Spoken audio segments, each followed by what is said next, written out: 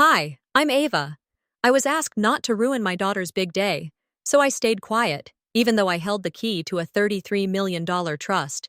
They placed me behind a wall of flowers at the wedding I paid for, cropped me out of photos, called me the wallet in private. Then they handed me a document and said, just sign here. It's for her future. So tell me, when your own child treats you like a stranger and her husband tries to rewrite your legacy, what do? Stay silent or speak the truth they never saw coming? The first thing I noticed was the silence, not the kind that calms you, but the kind that makes you feel like you've entered someone else's memory uninvited. The estate was stunning, no doubt about that. Spanish moss hung like lace from the oaks, and the cobblestone path wound its way toward the main house, lined with lanterns lit far too early for a wedding that wouldn't begin until dusk. But even beauty, when you're edged out of it, can bruise. I stepped onto the front porch, heels barely clicking against the old wood, and was greeted not by my daughter, but by a young woman in a headset and clipboard. Name? She asked, not unkindly, but with the flat tone of someone reciting from a long list. Ava Reeves, I answered, offering a gentle smile. She scanned the iPad, nodded, and handed me a cream-colored card. Table 12, she said, her eyes already moving to the next guest. I looked down. In gold script, beneath the table number, it read, near the floral display. Not mother of the bride, not even reserved. Just a number and an afterthought. Inside, the reception hall was breathtaking.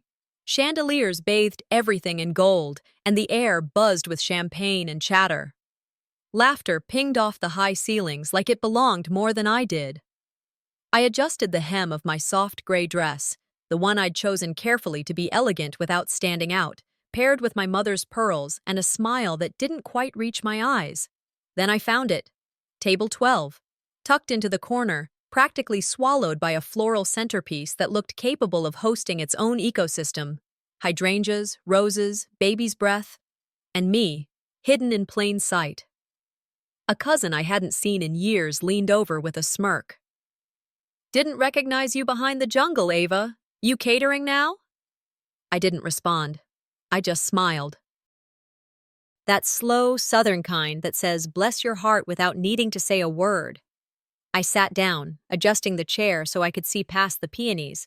I wasn't angry, not yet. That came later.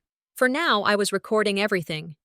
The way no one called me Mom, the way the photographer skipped my table, the way Florence floated across the room in lace I helped preserve, glowing, without ever once glancing in my direction.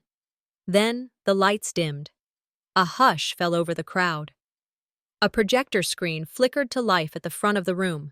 I sat up straighter. Maybe this would be it. The moment I'd see us, her and I, proof that I had existed in her story. The slideshow began with a baby photo. Florence in a pink bonnet, held by her father.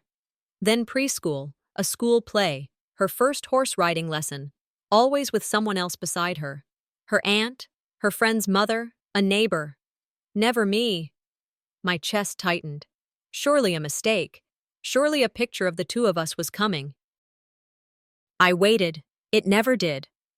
Then Maribel's voice filled the room, syrupy and poised. From childhood to womanhood, Florence has always been surrounded by love. A perfect line, polished, practiced, and weaponized. I stared at the screen as images continued. Graduation, prom, a trip to Europe I didn't even know she'd taken.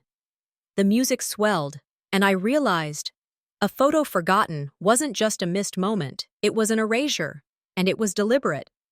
My mind went back to late nights ironing her uniforms when she was too tired to move, the years I worked double shifts to pay for her school, the time I stood outside in the rain while she had her first driving lesson with her uncle because I was too anxious to be in the car. When did I go from mother to footnote? I didn't cry. Not yet, but the hurt sat heavy in my throat. I watched Florence from across the room, laughing with Randy's mother, toasting with the groomsmen, twirling in her dress like she was the only one who'd ever dreamed of a perfect day. And maybe she was. Maybe in her mind, the perfect day meant I wasn't in the way. Someone bumped my chair, and I turned slightly. Maribel again, whispering something to the event coordinator, both of them glancing discreetly toward my table. The planner gave a tight nod. A waiter came by with a tray. "Vegetarian entree for the vendor table?" he asked. I raised an eyebrow. "Do I look like I booked the band?" "Oh, sorry, ma'am. I'll check again." A group of older guests nearby whispered, "Is she an aunt? Maybe a second cousin?" I picked up my champagne and took a slow sip. No bitterness, just a record. This wasn't the day I spoke, but it would be the day I remembered everything. When the father-daughter dance was announced, the lights dimmed again. Florence glided toward the floor, taking her grandfather's arm with a grace I had to admit was beautiful. I watched her spin, radiant, a princess in a ballroom I helped pay for but no longer had a place in. I stood up quietly, excused myself, and walked toward the powder room. The marble tiles echoed under my heels. Inside, the lighting was soft, forgiving. I washed my hands slowly, the water warm against skin that had worked hard for too long. I looked up at the mirror. They thought I'd be too gracious to speak. But they forgot. I'm not powerless. I'm just waiting. I reached into my purse, pulled out a small flash drive, and closed my fingers around it. I found out about my daughter's wedding date the way strangers might learn about a distant relative's funeral, through a forwarded message from a mutual acquaintance. There was no official announcement sent to me, no excited phone call, not even a text with a "save the date" graphic. Just a casual screenshot from someone in Florence's old high school friend group with a message that read, "Thought you'd want to know." That's how I learned my only child was getting married in 3 weeks. I tried to tell myself it was an oversight. Perhaps Florence assumed I already knew. But that seed of doubt, of knowing deep down that I had been deliberately left out of that circle, took root. A few days later, an email finally came. A digital invite addressed not to Mom or Mrs. Reeves, but simply guest number 47. There was no mention of me walking her down the aisle. No line that said, "We can't wait to see you there, Mom." Just a list of details and a dress code that read, "Elegant Southern Formal." I scrolled through social media and saw the other guests receiving their invitations. Thick, embossed envelopes sealed in gold foil, with handwritten calligraphy. Florence had gone full pageantry for everyone else. And for me? A link. When I mentioned the omission to my brother, he brushed it off like lint from a suit jacket. "Don't make it awkward, Ava. Don't overthink it. It's just a wedding." That sentence stayed with me the entire drive to the venue. At the guest check-in, the assistant looked up from her iPad. "Name? Ava Reeves." She tapped the screen, frowned slightly, typed again. "1 second," she said, reaching under the table for a different list. This one clearly less formal. "Oh, you're not on the printed list, but someone added you in pen," she said. "Here you go." She handed me a lanyard badge, plain white. Plastic sleeve. My name scribbled in ballpoint. Guest 37B. I stared at it. It wasn't even a sticker. Not a ribbon. Nothing that said I had any place beyond a numbered slot in the seating chart. Behind me, someone in line whispered, "Isn't that her mom?" "I thought her mom passed," another replied. I gave them a polite nod, then stepped aside, pretending the badge didn't burn in my hand. Months ago, Florence had promised, "I want you to walk me down the aisle too, Mama, not just Dad." But that never came up again. Not once. And today, there were no shared rituals, no hair appointment invitations, no pre-wedding toast between mother and daughter. Just absence. Just before the ceremony, while I stood by the water table trying to repin the corsage that someone had handed me without explanation, my father came up behind me. "Ava," he said low and close, "please don't ruin your daughter's day." His voice was soft, but sharp enough to draw blood. I turned to face him. "What do you think I'm going to do?" He didn't blink. "This isn't about you. Don't make it that way." The sting was more than the words. It was the implication that my mere presence, unacknowledged, unthanked, was already too loud, that speaking up, asking why I wasn't included, would somehow make me the villain in my own child's fairy tale. He straightened his lapels, then walked off to pose for pre-ceremony photos with Florence and Maribel, the mother of the groom, the woman who'd only entered Florence's life 5 years ago. I stood there, still clutching the lanyard in my hand. At table 12, behind the floral wall, I now knew was not just decorative but strategic. I sipped champagne and tried to make sense of it all. Was this malice? Or cowardice dressed up as diplomacy? Was Florence trying to avoid conflict by avoiding me altogether? I recounted every line item I had covered for this wedding. The venue deposit, over 10 grand. The caterer. I paid in full 6 months ago when Florence was overwhelmed. I even helped pay for her final semester at SCAD because she had run into an unexpected credit limit. When I mentioned that help to Florence last week, she'd replied with a smile, "That was a gift, Mom. You said it wasn't a loan." A gift. That's how she remembered it. As though gifts don't deserve gratitude, just disposal. That afternoon, I overheard 2 guests talking near the champagne fountain. One of them nodded toward my table and said, "Is she an aunt? Maybe she's part of the vendor team?" The other replied. I couldn't even muster the energy to correct them. My niece, my sister's daughter, was across the room, giggling with Maribel, showing her an old photo on her phone.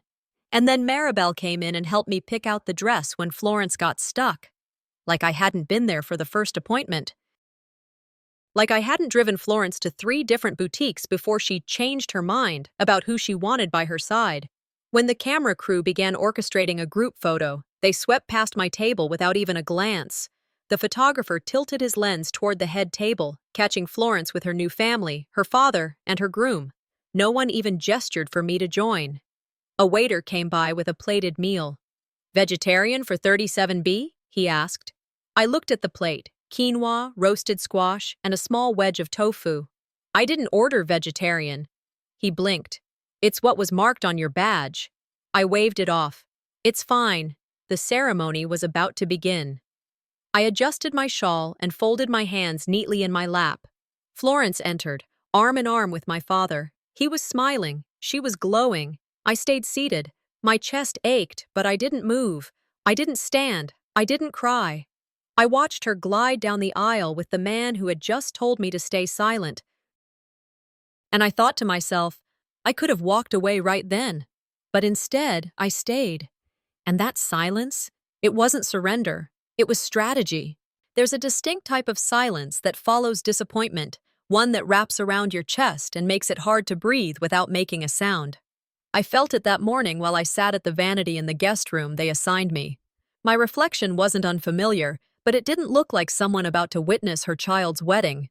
It looked like someone who'd spent years erasing herself line by line. I thought about the ring.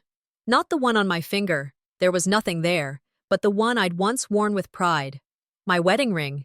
The simple gold band that had been passed down from my grandmother. I sold it 3 years ago, right before Florence's final semester at SCAD. She'd called in a panic, saying her financial aid had hit a snag, and the deadline was hours away. I didn't hesitate. I took the ring, wrapped it in the same velvet pouch it came in, kissed it once, and whispered, "This will help her build something beautiful." It wasn't a loan. It wasn't a bargain. It was an offering.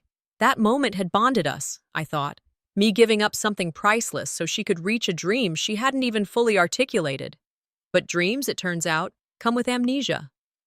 The night before the wedding, we sat in the kitchen over a glass of wine, her sipping rosé, me nursing tea. It was supposed to be one of those tender moments. I mentioned the ring, not to guilt her, just to share a memory. "Remember that semester?" I said softly. "You were so scared. I had to pawn Nana's ring to cover it." She didn't look up from her phone. "That was years ago, Mom. And you said it wasn't a loan. Why bring it up now?" She didn't say it with malice. She said it with disinterest, as if the whole thing had been a favor she never asked for. My chest didn't hurt, it constricted, not from the words, but from her ease in saying them, from the way she'd already filed that moment under unimportant. The ring meant nothing to her now. The sacrifice had expired. And I was a fool for thinking love had a receipt. The morning of the wedding, I was ushered into a side room by a planner with a clipboard and a too bright smile. "Florence mentioned she'd prefer navy or slate gray for you," she said. "It's a better fit with the color palette." and it matches the service team's attire, so everything looks cohesive. I blinked. You want me to wear what the catering staff is wearing? Oh no, no, of course not, she said, backpedaling. It's just that you'll blend beautifully, and it won't clash with the florals. I didn't argue. I nodded and took the garment bag, walked into the restroom, and changed. The fabric was smooth, the fit tailored. It was, by all standards, a beautiful outfit. But as I caught my reflection in the mirror, I could already see the mistake. The servers were walking by with trays, wearing near-identical navy ensembles. I stepped out, and within 10 minutes, someone approached me near the drinks table. Could I get a refill of the Chardonnay? They asked. I smiled. I'm sure someone will be by shortly. The second time it happened, a woman asked me where the restrooms were. I pointed the way without correcting her. It wasn't worth the energy. I wasn't angry. I wasn't embarrassed. I was alert. I'd always known perception was powerful, but it was different when you saw it play out in real time. There's power in being underestimated, I thought. But it still stings when it comes from your own blood. The rest of the morning passed in a blur of ceremony logistics. Florence posed for photos with her father, with Maribel, with the bridesmaids. The coordinator called out names from a list, and mine wasn't on it. At the entrance to the reception, there was a display, a printed family tree styled like an heirloom document, framed and backlit. I stared at it. Florence's grandparents were listed. Her father. Even Maribel was labeled bonus mom, but nowhere on that tree was my name. I studied it for a full minute before walking away, not with rage, but with resolve. I wasn't just being excluded, I was being erased. Later, during the cocktail hour, I helped an older woman find the restroom. She thanked me, mistaking me for staff. I smiled again. What else could I do? I slipped into the hallway, away from the noise, and opened my handbag. Inside was a notebook. A small, black, leather-bound thing filled with tabs, sticky notes, and clipped receipts. Not financial receipts, not just, but emotional ones. Dates, promises, text screenshots, journal entries, the ring, the time I covered rent when Florence was jobless, the quiet birthday she forgot, the way she called only when something was falling apart. I wasn't collecting ammunition. I was building clarity. It hit me then. They weren't just forgetting me. They were choosing a version of the story where I didn't exist. And I'd let them. There's a quote I'd heard once, read it somewhere, or maybe overheard it on a podcast.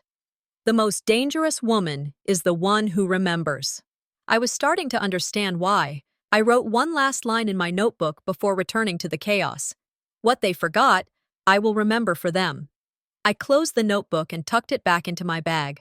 I looked out at the party, at the curated perfection, the matching outfits, the laughing guests, the fake toasts. They think I'm just here to witness, but I'm here to record. 2 weeks before the wedding, Florence sent me an email that took no more than 5 lines to unravel years of motherhood. I remember reading it over a bowl of oatmeal, sunlight pouring through the kitchen window like it always had. Steady, familiar, harmless. But the words weren't. I think Maribel should do the mother of the bride toast, Florence wrote. She's so good at speaking, and it means a lot to her. Not a suggestion, a decision, one already made.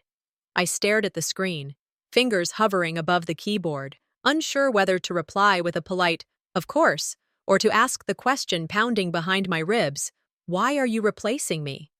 In the end, I wrote nothing. I let it go. Or told myself I did. Another chip, another subtraction.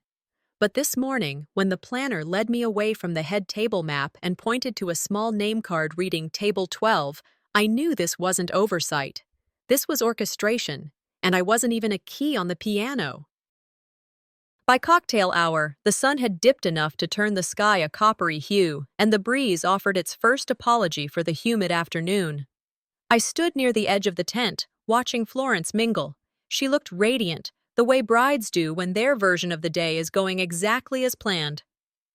Randy approached me then, wineglass in hand, his tailored suit clinging to him like privilege. That smile, the kind that curled just enough to suggest sincerity but held no substance behind it, landed square on me. "You've done so much for the family," he began, resting one hand on the back of a chair as if to steady the gravity of what he was about to propose. I was thinking, you should consider how to cement your legacy. Maybe through a shared trust? I looked at him, blinking once, letting the silence stretch just long enough to become uncomfortable.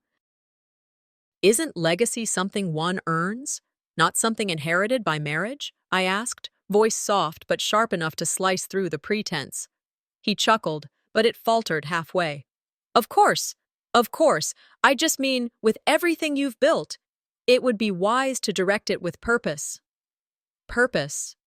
There it was, the coded language of someone who saw me not as a person, but as an opportunity. I smiled. You mean I should put my money where your ambitions are? He opened his mouth, but I didn't wait for the denial. I turned, slowly, letting my glass tilt just enough to catch the last light of the sun. It was always the polished ones who assumed they could outmaneuver you in heels. Not long after, the announcement came for the family speeches. I took a slow breath, heart tightening with something unnameable. Hope, maybe, still hanging on by a thread despite everything. Florence didn't look toward me. She stayed seated, hands clasped with Randy's, until the MC cleared his throat and began, "Please welcome the woman who's been like a second mother to Florence, Maribel." Applause rose. Cameras turned. I felt every eye flicker in my direction, just for a second, before moving on to the stage. Maribel walked up, perfectly poised. Her dress shimmered slightly under the string lights. She began her speech with a story about helping Florence shop for wedding dresses. The crowd laughed at the right moments, nodded with affection, wiped away soft tears when she said, "Watching you grow has been my life's honor." Not once did my name come up. Florence cried, clapped, hugged Maribel when she stepped down. I clapped too, because not clapping would have made it about me, and that's the one thing I wasn't allowed to do anymore. The applause sounded like shovels against dirt, the burial of something that once mattered. Outside on the patio, I found a moment to breathe. Two guests approached, both older, both awkward. "They said you weren't comfortable with public speaking," one of them offered, like a band-aid over a bullet wound. "I speak best with action," I said. I took out my phone and typed a note. "Check estate protections. Talk to Thomas." Inside, Florence posed for photos, looping her arm through Maribel's again. So this is what replacement looked like. Tidy, socially acceptable, hidden beneath layers of southern charm and soft lighting. I stood still as the wind picked up, brushing my shawl over one shoulder. Somewhere in the distance, a jazz trio struck up a waltz. "No one can make you feel inferior without your consent," I heard Eleanor Roosevelt's words in my head. And for the first time that day, I felt a full breath fill my lungs. I wasn't going to make a scene. That would have been too easy for them to dismiss. I had something else in mind, something quieter but sharper. "You wanted a legacy, Randy?" I whispered under my breath. "You're about to see how legacy protects itself." I walked back in, just as the videographer was interviewing Florence. She was glowing, recounting how the day came together so effortlessly. Maribel stood nearby, smiling like she'd birthed her. Maribel caught my eye, lifted her hand, and waved. I waved back, slow, measured, then walked past them all and took my seat, crossed my legs, straightened the hem of my dress, picked up my glass. They had drawn the map. I had just started tracing the exits. The band had picked up its tempo, the dance floor was filling, and laughter echoed through the tent. I sat at my assigned table, back still to the room, still partially obscured by the towering floral arrangement they'd so artfully placed between me and the center of it all. It was almost poetic, if you believe in that kind of thing. I took another sip of lukewarm champagne, more for something to do than out of desire. Everything around me pulsed with the confidence of people who knew exactly where they stood. Guests who had titles, who were mentioned in speeches, who had been invited to be seen. I wasn't angry, not yet. But clarity had begun settling over me like a slow fog, sharp in its finality. Every time I had chosen silence, every moment I'd decided to let something go, to not correct, to not claim space, it had been read as consent. My restraint, mistaken for weakness. My decision to avoid conflict, interpreted as an inability to fight. I thought back to all the little things, the text Florence didn't respond to about the rehearsal dinner, the change in color theme she never mentioned to me, the photos I wasn't asked to be in. The email from the planner saying, Florence thought it might be best if we kept the family speeches brief. Not cut, just brief. How generous. They mistook my grace for forgetfulness, my generosity for gullibility. And here I was, still seated behind hydrangeas, still waiting for someone to notice the chair was filled by someone who mattered. But they didn't notice, because they didn't need to. I had made it easy not to. Then something shifted. I reached into my clutch, pulled out my phone, and quietly opened my email. I searched my inbox for the documents, the ones I had signed for the venue, for the caterer, the linen company, all in my name, all prepaid. I clicked forward and sent them to myself again, this time labeling them clearly. Wedding expenses, Ava Reeves. Scrolling through the receipts, I stopped at the floral invoice, $6,000. I had signed off on it 6 months ago when Florence said the original quote didn't quite achieve the vision. I stood and made my way toward the event planner, who was busy coordinating the next sequence of photos. I touched her arm gently. Hi, I said, voice calm. Quick question, the $6,000 floral add-on, that was executed in full, correct? She blinked, caught off guard. Yes, ma'am. It turned out beautifully, didn't it? I smiled. Just wanted to be sure. I signed off on it after all. I like knowing where my money blooms. Her face faltered for a moment before reshaping itself into something more professional. Of course. Thank you again. I nodded, turned, and walked away. That was the moment the fog lifted. Later, as the crowd thinned a bit during the meal, I found Florence near the hallway, out of sight from the main room. She was laughing with one of the bridesmaids but paused when she saw me approach. Can I have a minute? I asked. Of course, she said, but there was hesitation in her tone. I didn't waste it. You didn't want me to speak, I began, evenly. You gave Maribel the toast. You forgot my name at the entrance. My table wasn't labeled. My name wasn't on the family tree. She crossed her arms. Mom, I needed the day to go smooth. You always overthink everything. Please, just let it be. I let the silence linger between us, long enough that she fidgeted. This isn't about speeches, I said, voice low.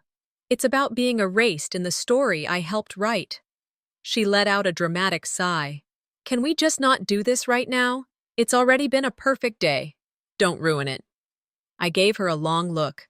Not angry, not emotional, just aware. Then I nodded. Enjoy the rest of it.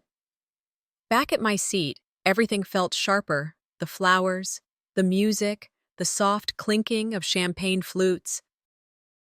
I looked around, at the friends I hadn't spoken to in years, at Randy's family gathered in tight circles, all comfort and territory.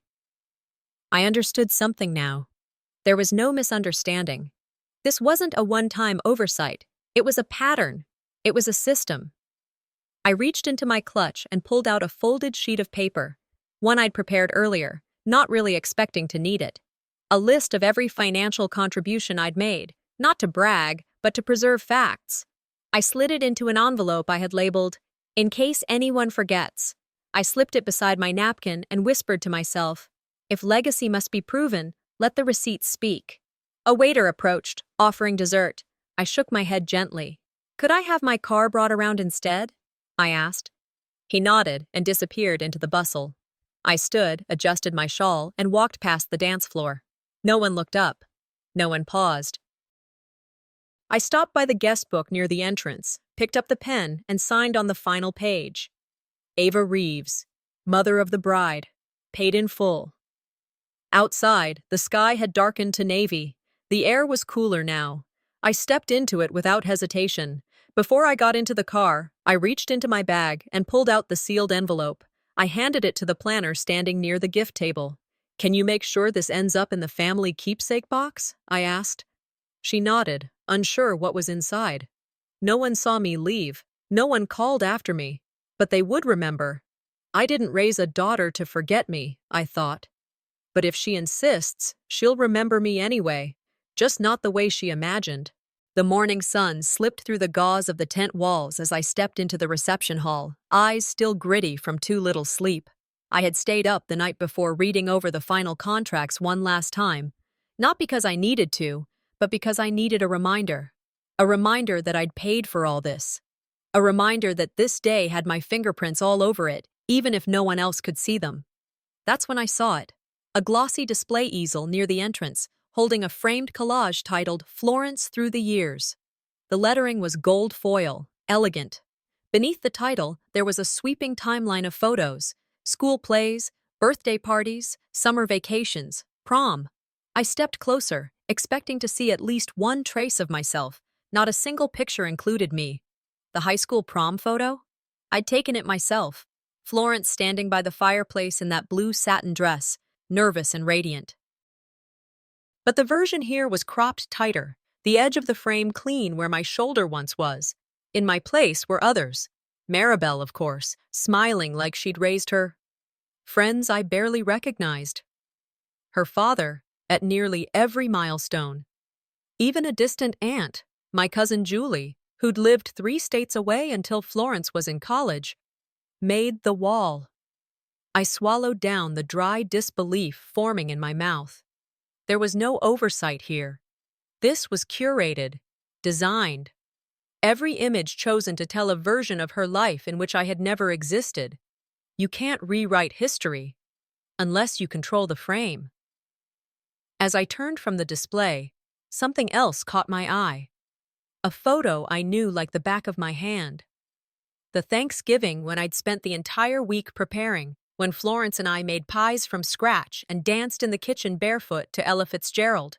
In that photo, we'd all been seated around the table. Me, Florence, her father, 2 family friends.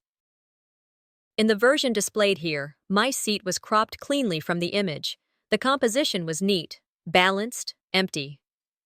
I approached a staff photographer nearby, keeping my voice steady. "This picture," I said, pointing. "It's missing someone." He glanced over, hesitant. "It came to us that way from the bride's PR team. They said it looked better balanced without that side of the frame." Better balanced. I didn't say a word, just nodded, then turned and walked away before the bitterness had a chance to spill across my face. I gave her the life they now curate without me in it. The ache crawled up my spine as I wandered down the corridor, away from the music, into the quieter wing of the estate. I needed a moment. Not to cry, not to break down, just to think. That's when I saw Florence's clutch on a marble side table near the lounge. No one else was around. The flap was half open. A folder stuck out, thick with documents and labeled RR Estate Planning. The initials made my stomach clench. I hesitated, then reached in and pulled the folder free.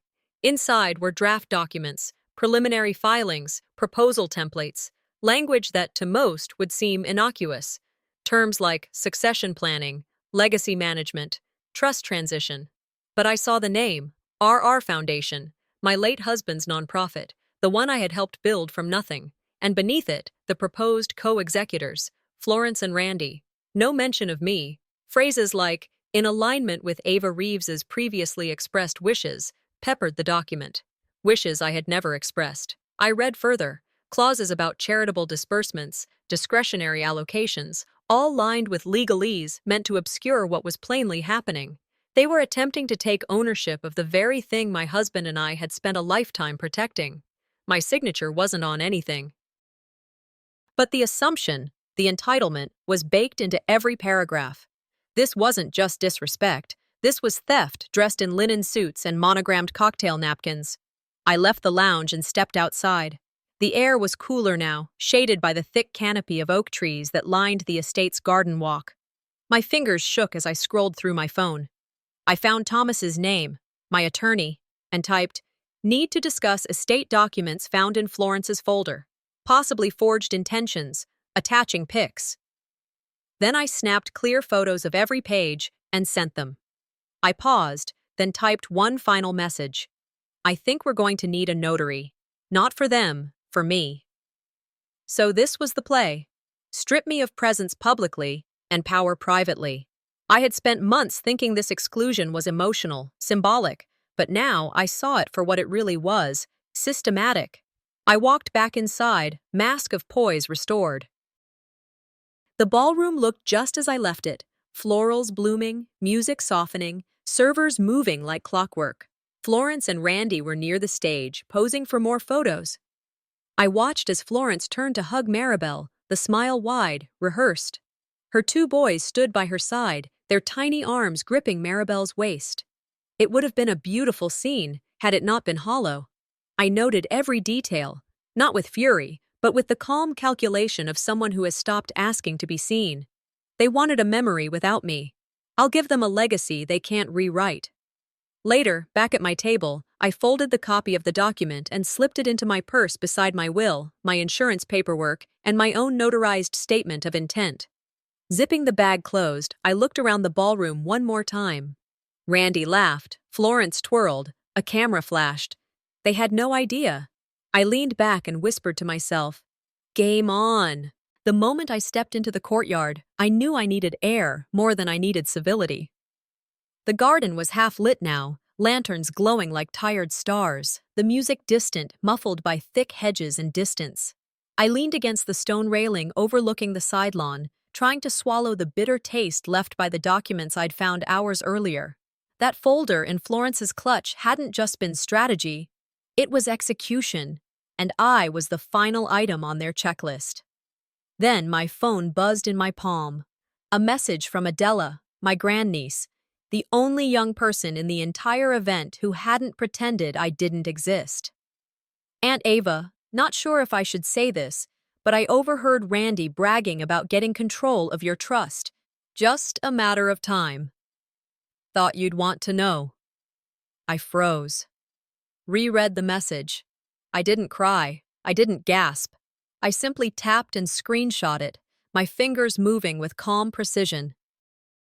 I stared at the image on my screen as if it were a reflection, not a betrayal. This wasn't suspicion anymore. It was confirmation. The silence I'd kept wasn't protecting anyone now. It was enabling the performance. 2 minutes later, another message popped in. "He called you the wallet in a group chat with the groomsmen. I'm sorry."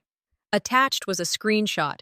My name, replaced with a $sign emoji, next to a comment. "She doesn't even know what's coming." My thumb hovered over the image.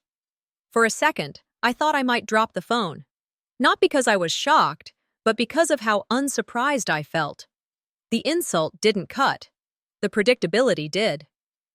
I walked to the bar, leaned in toward the server, and asked for sparkling water with a slice of lemon. When he handed it to me, I smiled, steady as a stone. Then I raised the glass toward the reception tent, toward Randy, specifically, and toasted him silently. They used me as scaffolding, I thought, and now want me out of the picture. Back at my table, a cousin leaned over with a guilty look in her eyes. "They're calling you the wallet." Florence didn't correct them. She tried to make it sound like gossip. I knew it was a warning. That sentence was the final nail. Some families don't cut you off. They drain you slowly and call it love. I sat back and ran through the list in my mind. Tuition payments, apartment deposits, bailing Florence out of her credit card mess sophomore year. Wedding venue, dress fittings, premarital therapy gift cards, the honeymoon surprise I had arranged discreetly. I should have billed them. But then again, I had been willing. That was the worst part. They think I'm still playing. I've already folded. I turned my focus back toward the tent. The reception was alive, music flowing, laughter rising and falling like tides. But I wasn't in it, I was outside of it, and that perspective was a gift. I returned to my seat, but now I sat like a witness, not a participant. I watched them the way a teacher watches a room full of students during a test. They're all about to fail. Every interaction held meaning now. Who avoided my gaze? Who smiled too sweet? Who clinked glasses with Randy like he was the golden boy they all knew he wasn't? I pulled out my phone again, opened the voice memo app, and spoke into the screen without looking down. "Thomas, confirm if legal notice of asset hold can be triggered by suspicion of manipulation. Timestamp this. Ava." The music shifted from pop to jazz. A brief toast from a friend of the groom rang out. Randy gave another speech, short, full of buzzwords. Loyalty, he said. Trust, family. I muttered under my breath. The only loyalty I'm seeing is to a shared bank account. I texted Adela. Thank you for the warning. You did the right thing. She replied with a single emoji. A heart.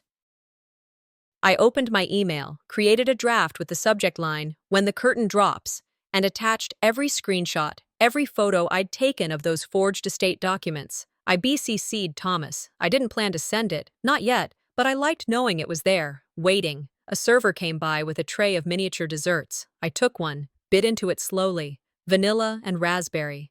Sweet and acidic. Fitting. As the guests began to gather for the bouquet toss, I stood and made my way toward the lobby. I paused at the gift table, pretending to adjust a ribbon on one of the packages, and pulled out my phone.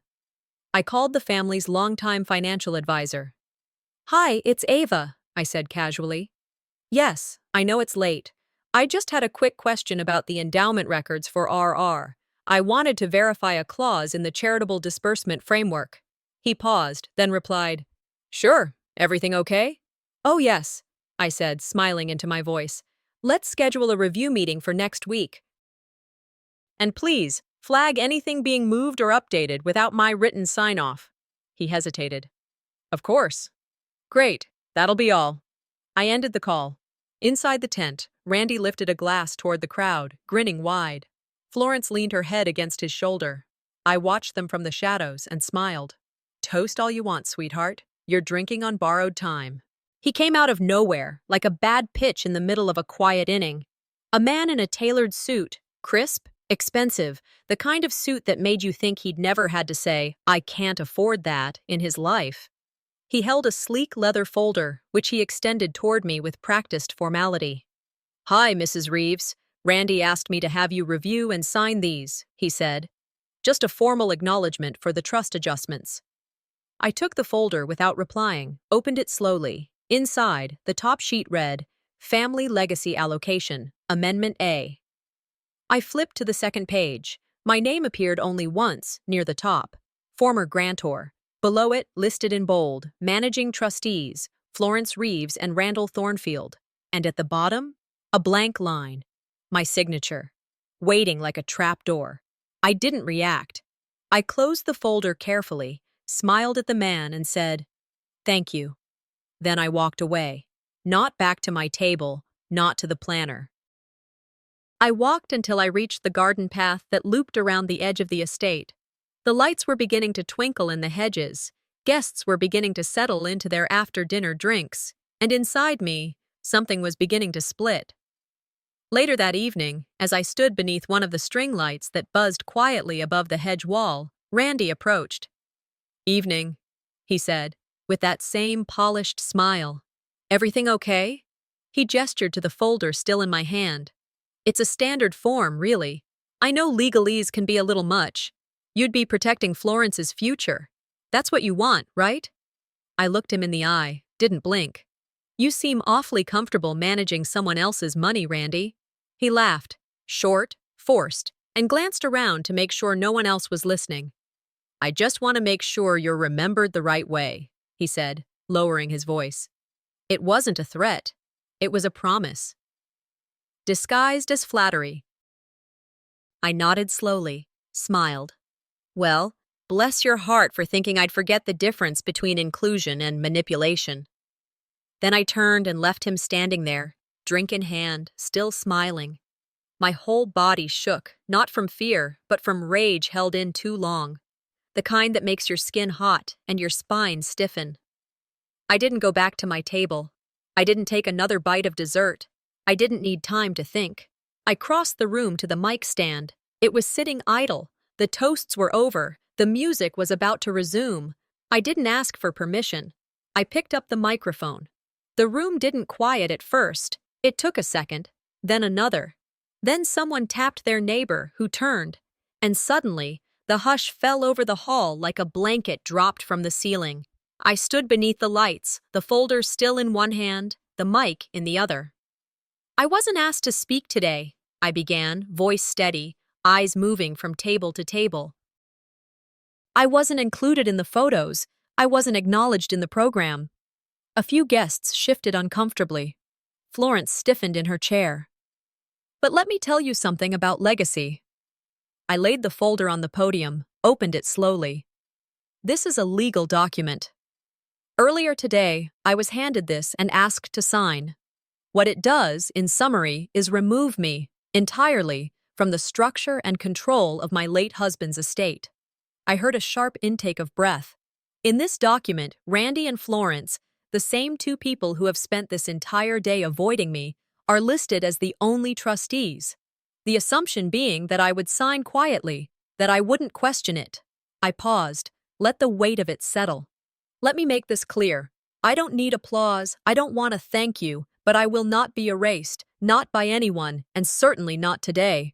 Randy's jaw tightened. Florence covered her mouth, eyes wide. Maribel had frozen mid-sip. I closed the folder. I paid for the flowers you're all enjoying, the chairs you're sitting on. I covered the linen fees, the band's deposit, even half the honeymoon. And until now, I've said nothing. I lowered the mic slightly. But silence isn't submission. It's surveillance. And then I stepped back. The room erupted, not in cheers, not in boos, but in murmurs. Conversations bubbling like a pot someone had forgotten on the stove.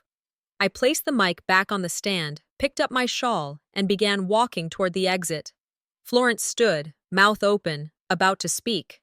I held up one hand. At the door, I turned slightly, not dramatically, just enough. "Congratulations," I said softly, "and good luck keeping the lie straight after tonight." Outside, the air was cooler than before. A breeze I hadn't felt in hours brushed past my cheeks as I stepped onto the gravel drive. I slid into the back seat of the car that had just pulled up. The driver asked if I was ready to go. "Yes," I said. "I'm done here." As we drove off, I opened the folder one last time, stared at that blank signature line. Then one by one, I tore the documents in half. Carefully, deliberately. They wanted my silence. What they got was my truth. I woke in my own bed the next morning, sheets slightly tangled, the weight of the previous day pressing into the space between my shoulder blades. The air was still, almost reverent, as if the walls were holding their breath alongside me. There was no hangover, not from champagne at least, only the hollow ache that comes after you rip a bandage off too fast. My phone, which I'd tossed onto the nightstand hours earlier without turning off, now buzzed every 10 seconds. Messages, emails, missed calls. I didn't check right away. I wasn't ready.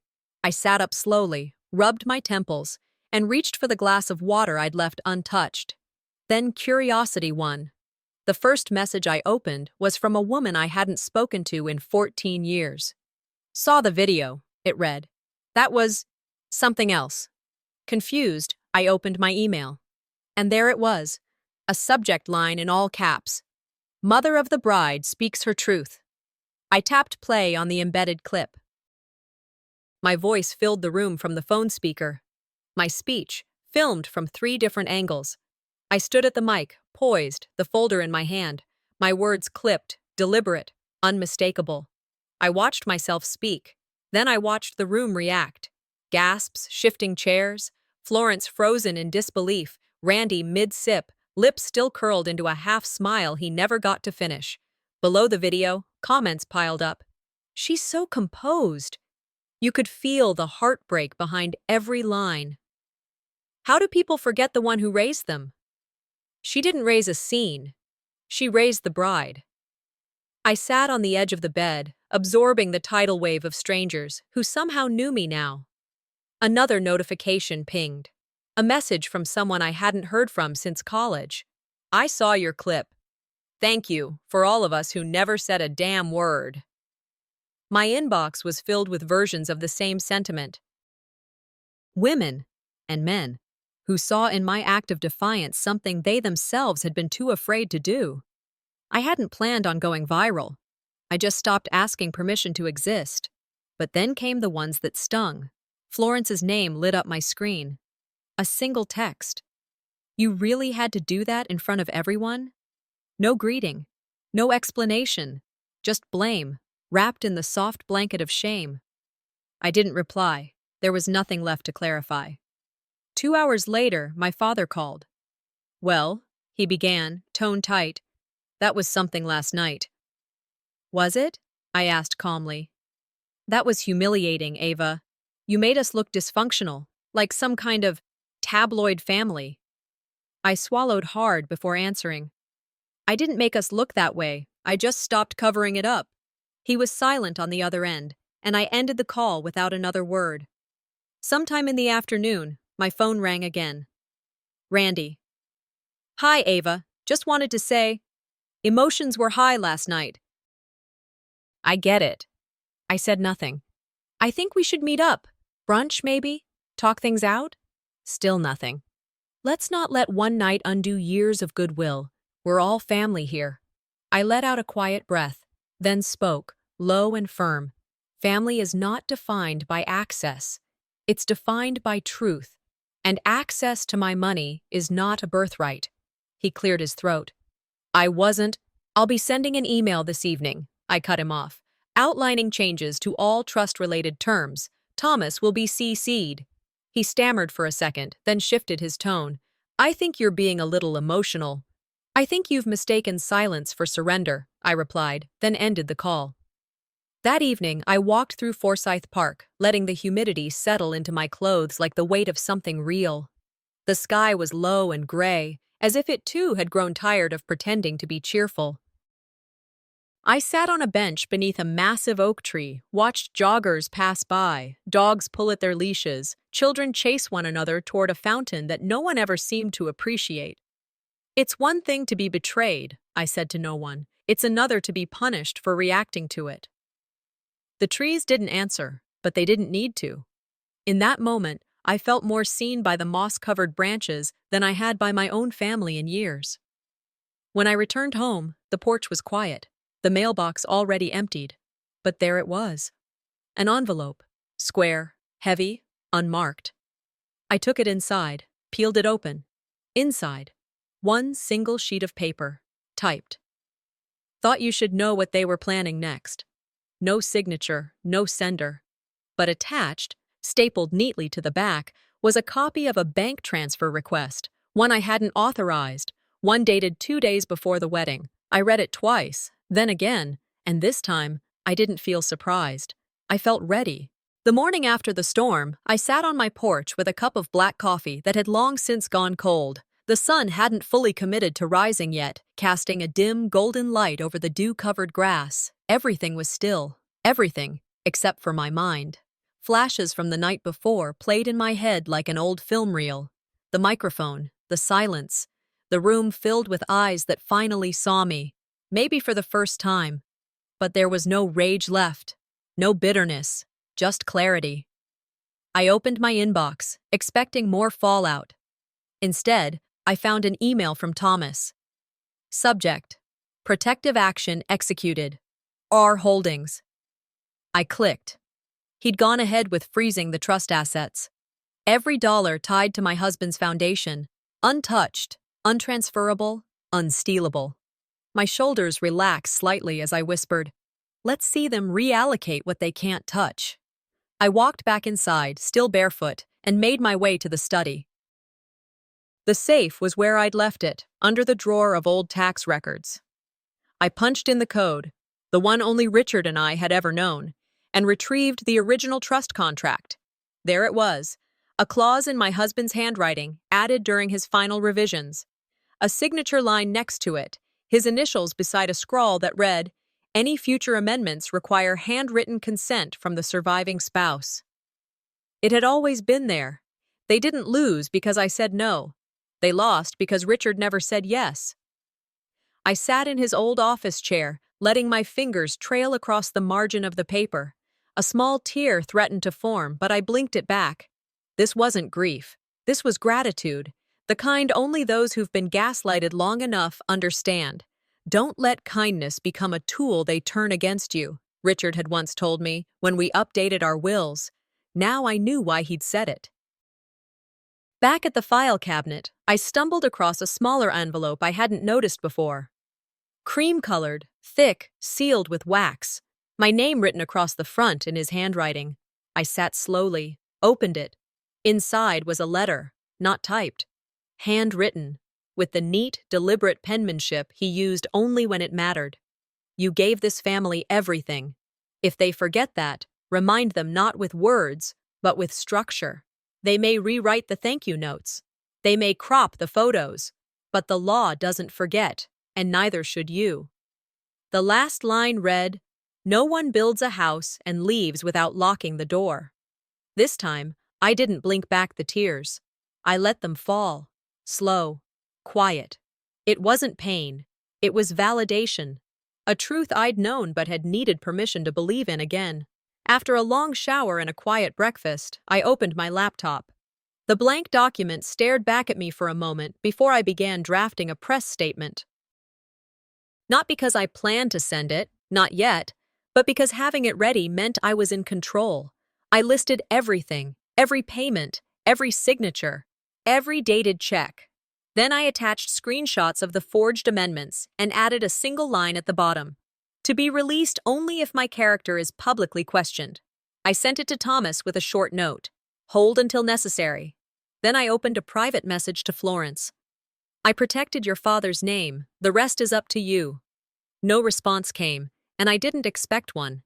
By noon, I'd already received a call from an old friend, one I hadn't spoken to since our kids were in middle school. "I saw the clip," she said.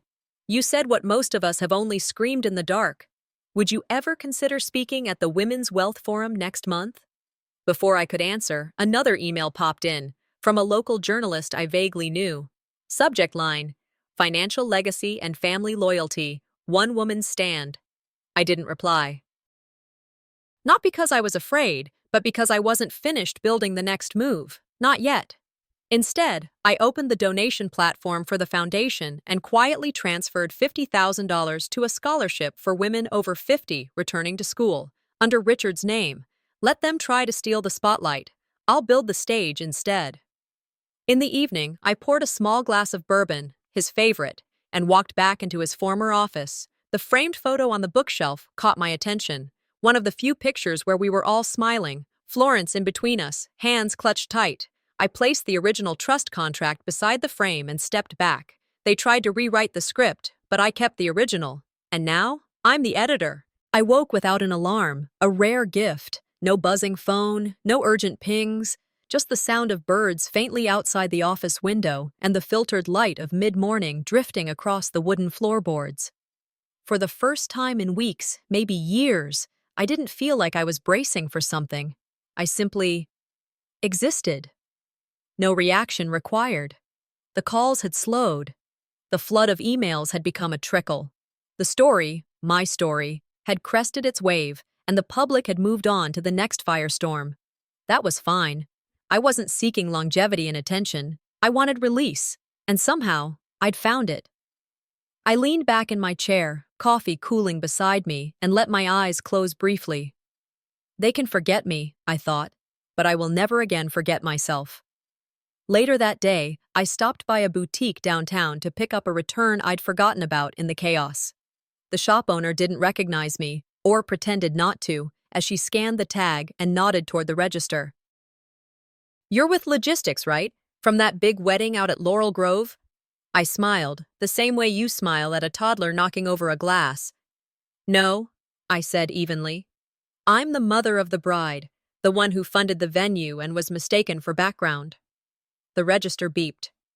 The silence stretched longer than it should have. Her eyes flickered. "Oh, sorry." "No need," I said. And meant it. That moment, one that might have once cut deeply, now passed through me like wind through sheer curtains. I no longer needed anyone to see me. I had already seen myself. That night, I sat down and wrote a letter to Florence. Not because I wanted to send it, but because I needed to get the words out of my chest. You may never understand what you did, but I know what I did. I showed up, even when you wished I didn't. I read it twice, felt the weight of it shift, then deleted the draft. The next morning, I went for a long walk. Not to clear my head, it was already clear, but to simply move through the world without the burden of rehearsing conversations that would never happen. A few days later, I visited the old house, the one where I raised her. It had been turned into a rental property, the shutters repainted a pale green, the garden less wild than I remembered. I walked the perimeter slowly, pausing at the front porch.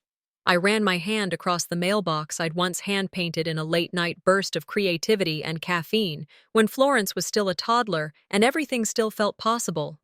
I didn't feel sad, I felt separate. The house had done its job, raised a daughter, raised a woman, and now it was raising someone else. This house raised her, I whispered. But it also raised me. I dropped the keys into a small envelope and mailed them to my realtor the next morning. I didn't keep a copy. Didn't need to. An invitation came in my inbox not long after. A panel speaker spot at a high-profile wealth conference in Charleston. The theme, legacy, money, and womanhood. I clicked decline. Instead, I drove across town to a community center where a mentorship program was holding orientation. I sat in the back row, listening to young women introduce themselves, many uncertain, many trying to sound braver than they felt. When it was my turn, I stood and said, "I'm Ava. I used to think my worth was measured by how quietly I supported other people's stories. I'm here because I've started writing my own." They clapped, not because they were impressed, but because they understood. I wasn't there to relive betrayal. I was there to teach them how to avoid being written out of their own lives. The drive home was quiet. No music, no calls, just the rhythm of tires on asphalt and the slight hum of the air conditioner. When I returned, I checked my email and found a new message. Subject, feature request, the woman behind the veil, Mrs. Reeves, we'd love to feature your story in our fall issue. Not the wedding, the aftermath, the woman behind the veil, the one who didn't disappear. I didn't respond right away. I leaned back, let the afternoon sun hit my face, and smiled. Maybe I'll let them see me now, but only on my terms. Thomas's office was perched on the 12th floor, high above the river where container ships sliced through the morning stillness. I sat across from him at the long glass table, watching sunlight glint off the chrome lid of the coffee pot. It felt fitting, somehow, this stillness before the final stroke.